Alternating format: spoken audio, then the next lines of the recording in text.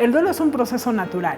Y si decimos proceso natural, quiere decir que por sí solo llega a una resolución.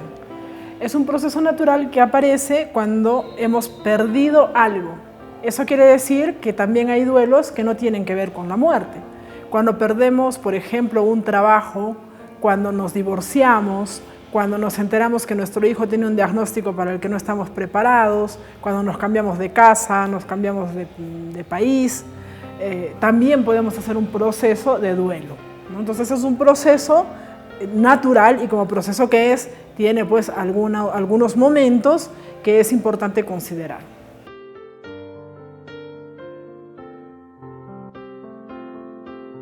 Las fases naturales las voy a nombrar en un orden, pero no quiere decir que aparezcan en ese orden. Primero, todas las personas que tienen una pérdida, sobre todo si tiene que ver con la muerte, pasan estas 5 fases. Puede que no sea tan consciente de repente, pero sí pasan las 5, ¿no?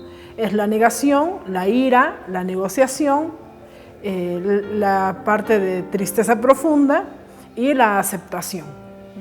En la negación es la dificultad que yo tengo para aceptar que se ha muerto una persona. Pero no solo tiene que ver con la muerte. También puede ser que yo le quite importancia al suceso.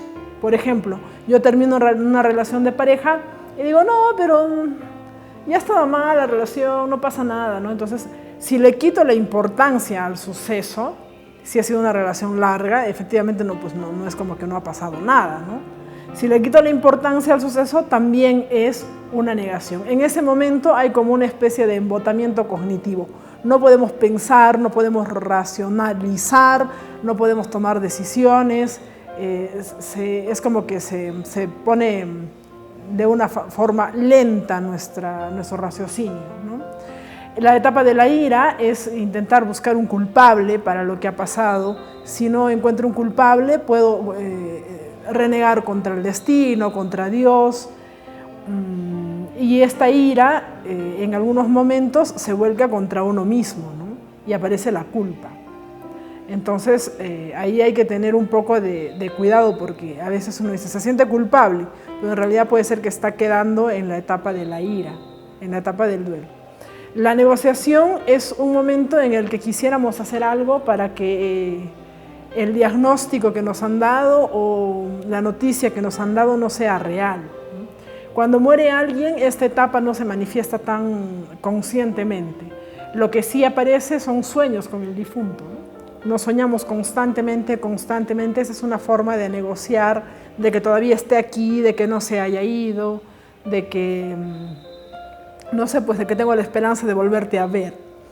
Y luego aparece la tristeza profunda, que no es lo mismo que un cuadro depresivo, sino es una tristeza desgarradora, ¿no? Quienes hemos perdido a alguien podemos darnos cuenta que en el momento que aceptamos que ha muerto una persona, hay como una especie de un llanto fuerte, desgarrador, grave, un grito grave. Ahí podemos decir que está dando inicio la etapa de la tristeza. Si bien es cierto, las etapas aparecen de forma aleatoria, no necesariamente en este orden, lo que sí puedo decir desde mi experiencia es que quienes enfrentan la tristeza están más próximos a aceptar el proceso, ¿no? Entonces, después de la tristeza está la etapa de la aceptación, donde yo ya me doy cuenta y reconfiguro mi vida sin lo que he perdido.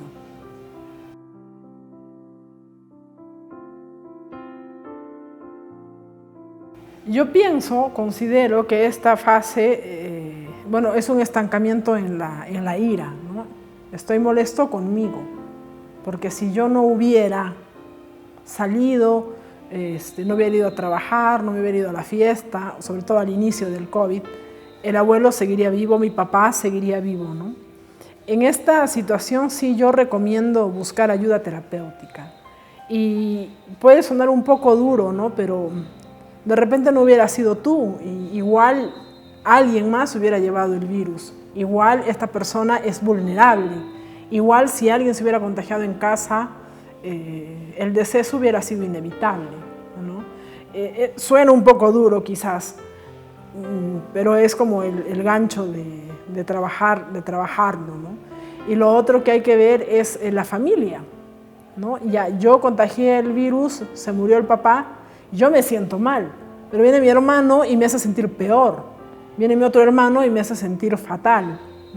Entonces aquí sí esto sobrepasa a los recursos personales y ahí sí yo recomiendo que se busque ayuda psicoterapéutica porque la culpa es grande y de alguna forma pone una especie de neblina a los sentimientos de tristeza. Ese duelo puede convertirse en un duelo patológico porque no hay luces para la solución.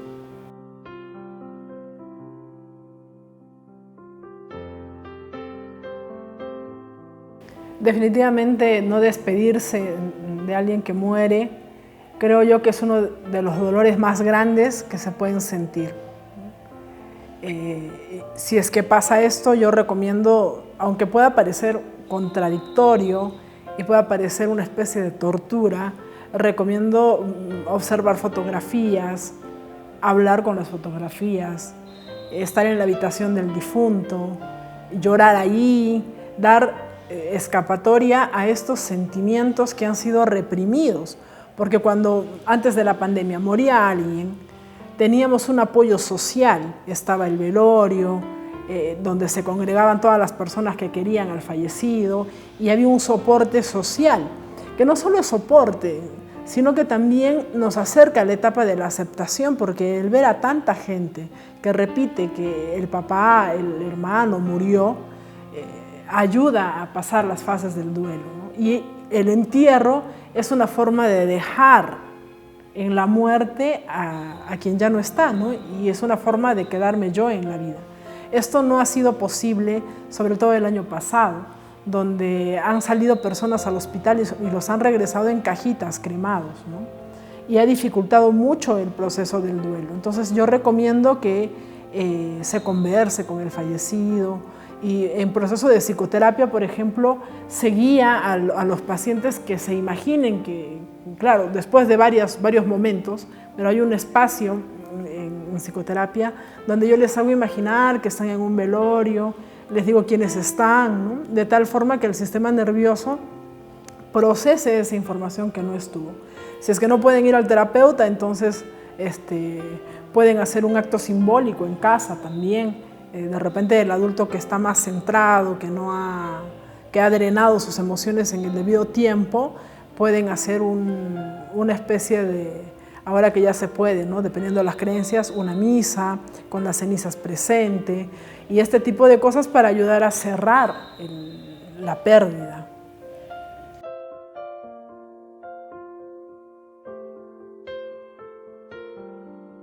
Bien, es difícil. Los adultos siempre queremos evitarle el dolor al niño, ¿no? Y no podemos evitarlo. O sea, van a haber cosas que a nuestros hijos les va a doler que no vamos a poder evitar.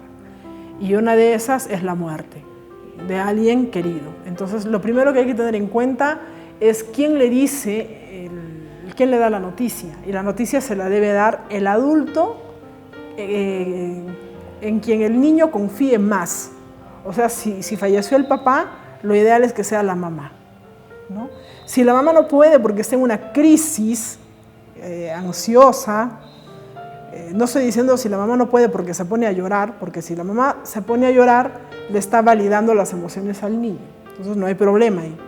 El asunto es si la mamá está pues en crisis real, ¿no? Temblando, que no puede hablar, ya. Ahí que sea la segunda persona, un tío, el más cercano al niño. Porque si no va a haber doble rabia, ¿no? ¿Por qué no me dijiste? ¿Por qué me lo escondiste? ¿Y cómo le decimos que se ha ido al cielo, que se ha ido de viaje? No. Y esto puede sonar duro, pero considerando las etapas del desarrollo del niño y la idea fantasiosa que tiene, si no le decimos con las palabras completas, el niño puede quedarse en la negociación, ¿no? Si yo le digo a un niño, el abuelo se ha ido al cielo, el niño puede pensar que el abuelo va a regresar en una nave espacial, Peter Pan lo va a traer, no sé, se me ocurre, ¿no? Se me ocurre. En cambio, ¿cómo le decimos? Pues le decimos así, el abuelo murió. Y la palabra muerte, que para un adulto es tan difícil de decirla, en catequesis le podemos decir falleció, depende de la edad del niño, ¿no? Si comprende la palabra y de la ideación que tiene el niño con la muerte. Sabe que ya no va a despertar. Mi hija ahora está pasando un duelo. Se ha muerto su perrito, que era muy cercano a ella, ¿no? Y no le hemos dicho el Topa se ha ido al cielo, le hemos dicho el Topa murió.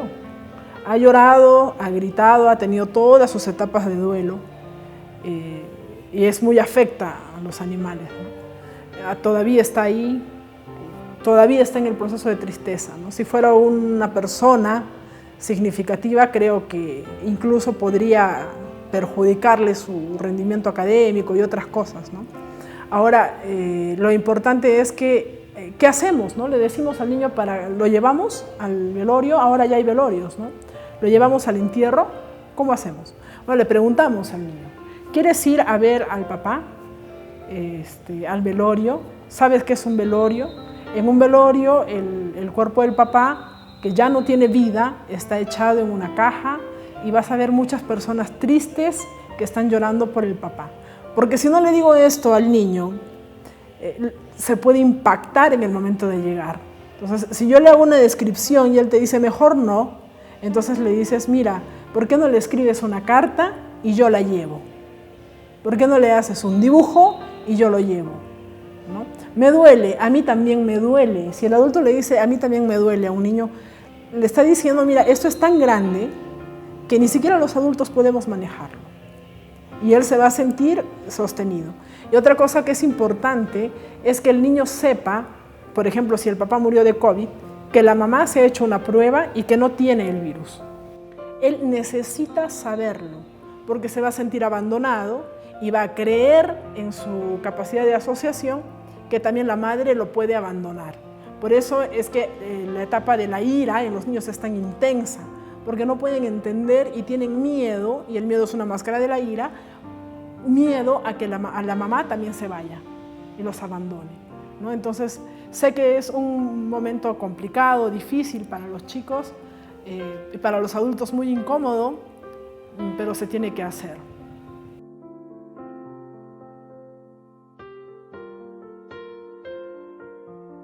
Esa es una pregunta que incluso los psicólogos a los que capacito me la hacen, ¿no? ¿Cuándo sabemos que ya el duelo ha pasado su proceso, ya no es natural, sino está entrando en un asunto patológico? Cuando afecta mi vida cotidiana, o sea, no puedo trabajar, no puedo encargarme de mi familia, no puedo hacer las cosas del día a día, pero que ya haya pasado por lo menos mínimo un par de meses después del deceso, ¿no? Porque todavía en ese tiempo el duelo está intenso, el dolor, la ira, todo va a estar intenso. Pero si ya ha pasado, por ejemplo, un año y además de ese año, durante 6 meses yo sigo manifestando esta sintomatología en intensidad, quiere decir que muy fuerte y con una frecuencia casi diaria, entonces ya es un duelo patológico y ahí no solo es ayuda psicológica, sino también psiquiátrica, ¿no? También sería bueno visitar al terapeuta si es que uno se da cuenta que se ha quedado enganchado en una de las etapas que he dicho al inicio, ¿no? En la tristeza profunda o si ha somatizado. De repente ha salido algún tema en la piel, o algún sarpullido, herpes zóster, rosácea, psoriasis, porque es como que el cuerpo dijera, no estás procesando el duelo. La piel es el primerito que se afecta, que grita, necesitas ayuda, ¿no? Y bueno, si es que nadie te lo va a decir, ¿no? Ningún familiar te lo va a decir, pero si es que tú te das cuenta que esto sobrepasa tus recursos personales, es válido pedir ayuda. Y los terapeutas, pues, que estamos entrenados en duelo, no vamos a tomarnos un año ayudándote, ¿no? Sino que es breve la intervención.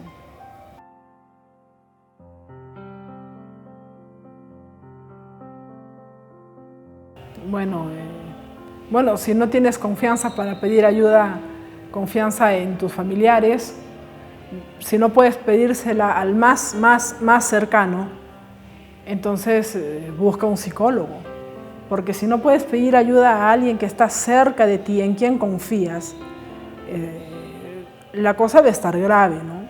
Vas a empezar a somatizar porque el duelo es dolor, y si no sale el dolor, ¿cómo sale el dolor? Llorando, desesperándote, reclamándole a la vida de repente incluso.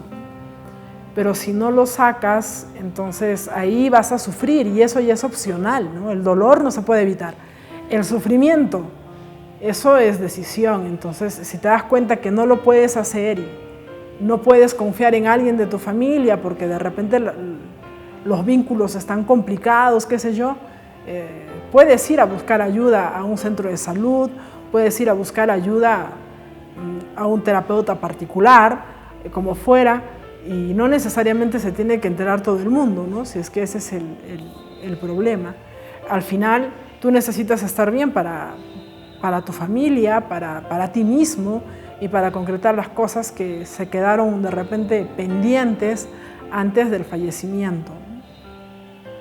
Me pueden encontrar en Facebook como, en la página de mi empresa, Supérate, o si no como Katicris con doble S y las dos Is latinas, Valdivia Acuña. Y si no, me pueden contactar también por WhatsApp al 940 23 17 86.